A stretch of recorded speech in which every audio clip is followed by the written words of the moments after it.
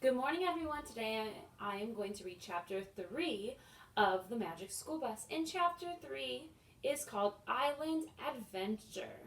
So we can think about what we think this chapter is going to be about.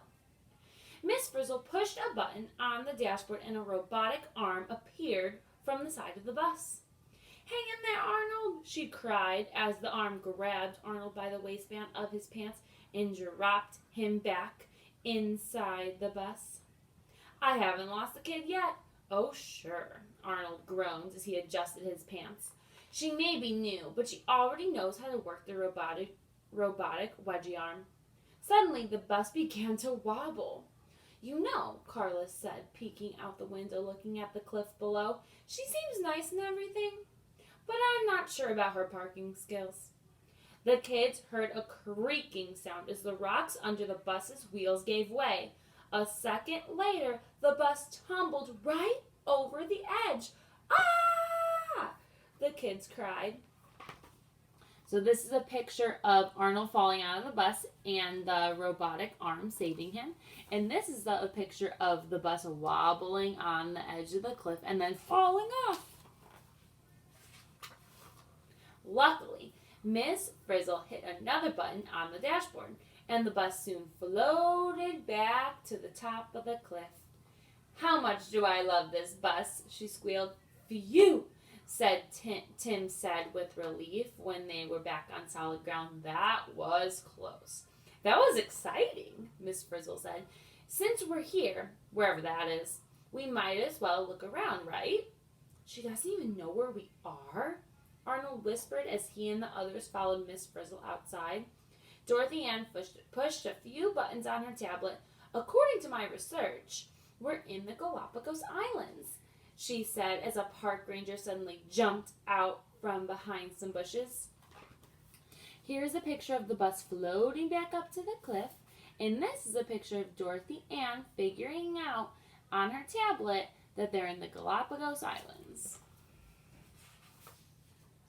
Fiona, the park ranger cried. How are you doing? Galapagos Gil, Miss Frizzle said. What's up there, man? They know each other? Keisha asked. Well, like a lot of the animals here, the only place you find Galapagos Gil is on the Galapagos Islands, Miss Frizzle replied. Everything here lives in perfect balance. Look at this healthy, special ecosystem, said Galapagos Gil.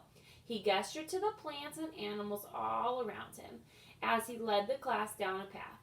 Meanwhile, Tim stepped closer to his teacher. You know, Miss Frizzle, he said, whenever we used to go on a field trip, Professor Frizzle used to, how can I put this, enhance the experience. Enhance means to make it better. Ah, with sandwiches? Miss Frizzle asked. No, with magic, all the kids shouted.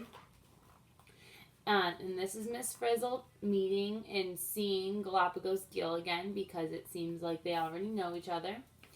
And this is, what character did it say it was? It was Tim who was talking to Miss Frizzle and Galapagos Gil about Professor Frizzle using magic to enhance their experience. I knew you were going to say that, the Frizz replied. She took out her magic remote control and pressed a few buttons.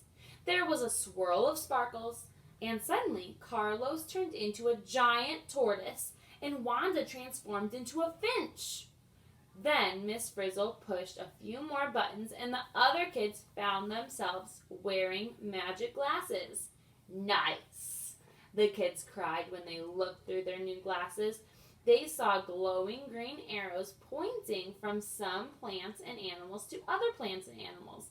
These glasses show you how the different parts of the ecosystem fit together, Dorothy Ann said. There are arrows pointing from mushrooms to grasshoppers to owls, Tim said. What does that mean? Look at Carlos and Wanda, Dorothy Ann explained. Plants grow, tortoises eat their leaves, ticks bite the tortoises, and finches eat the ticks. This is a picture of Carlos And again, I forgot who was with her. Oh, Carlos and Wanda turning into animals. And then this is a picture of what they see with their magic glasses. Tortoise Carlos munched on a mouthful of leaves. He said, these are actually pretty good. Finch Wanda nibbled on some of the ticks on Carlos's neck. The kid in me says, ew, she said, but the finch in me says, yum, yum, yum. The kids all laughed. Everything here is interconnected, Jody exclaimed. Interconnected means it all goes together. You nailed it, new kid, Miss Frizzle said to Jody.